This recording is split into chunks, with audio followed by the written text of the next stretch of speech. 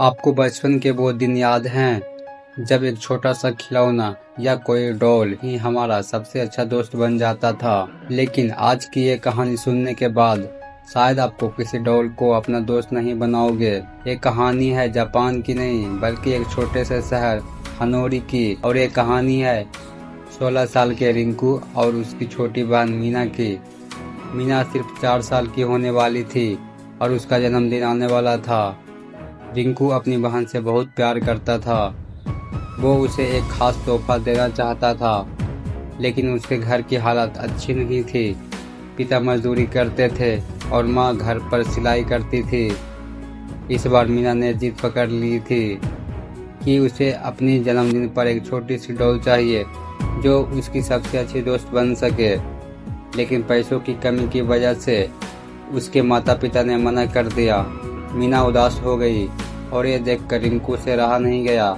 उसने ठान लिया कि वो अपनी बहन के लिए डॉल जरूर लाएगा। पूरे 1 महीने तक उसने छोटे छोटे काम करके पैसे जोड़े और फिर एक दिन वो बाजार में डॉल ढूंढने गया।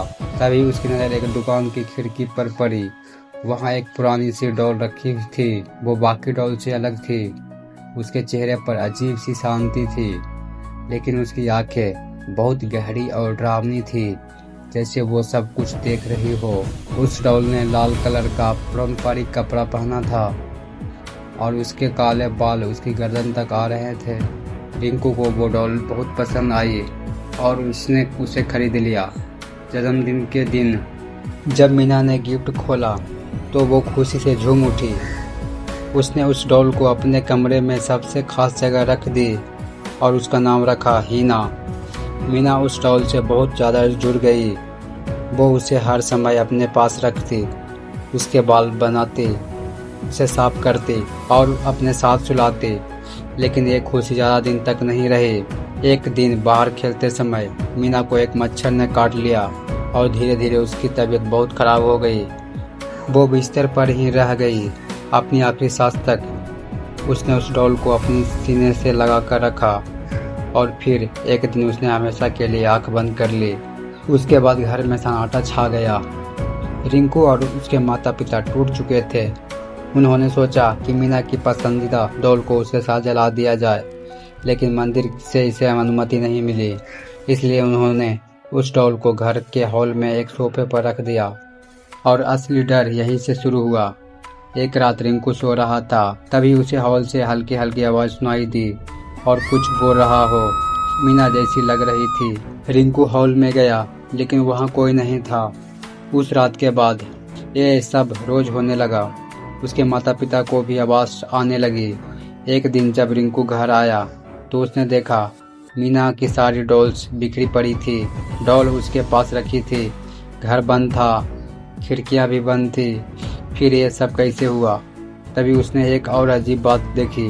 डॉल के बाल पहले से लंबे हो गए थे, जो गर्दन तक थे अब कंधों तक आ गए थे, और उसका रंग भी बदल रहा था जैसे असली इंसान के बाल होते हैं। रिंकू ने यह बात अपने माता पिता को बताई, लेकिन उन्होंने इसे वहम समझा कि माँ ने डॉल के बाल काट दिए। लेकिन यही उनकी सबसे बड़ी गलती थी। उस रात माँ ने एक भयानक सपना देखा। मीना रो रही थी और कह रही थी, आपने मेरे डॉल के बाल क्यों काटे? फिर अचानक उसका चेहरा गुस्से में बदल गया और वो डॉल के चेहरे में बदल गया। माँ डर के मारे जाग गई और जब उन्होंने आँख खोली तो वो डॉल उसके सीने पर बैठी हुई थी। उसके बाद घर में डरावनी घटनाएं बढ़ने लगी। सबको बुरे सपने आने लगे। हर सपनों में वो डॉल उन्हें नुकसान पहुंचाने की कोशिश करती। उस डॉल के बाल और बढ़ने लगे। एक दिन रिंकू ने देखा सेल्फ पर रखी डॉल की गर्दन उसकी तरफ मुड़ी हुई थी और फिर उसने पलक झपकाई। अब घर में अजीब आवाजें, छोटी लड़की की परछाई, सब आम हो गया था। डर के मारे उन्होंने फैसला किया कि डॉल को फेंक देंगे।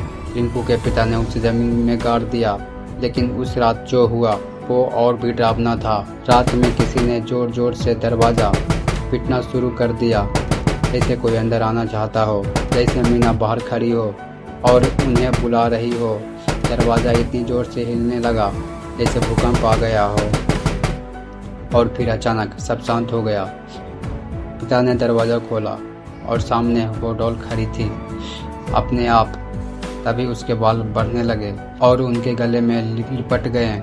धीरे धीरे उनका दम घुटने लगा। रिंकू और उसकी माँ ने बचाने की कोशिश की, लेकिन कुछ काम नहीं आया।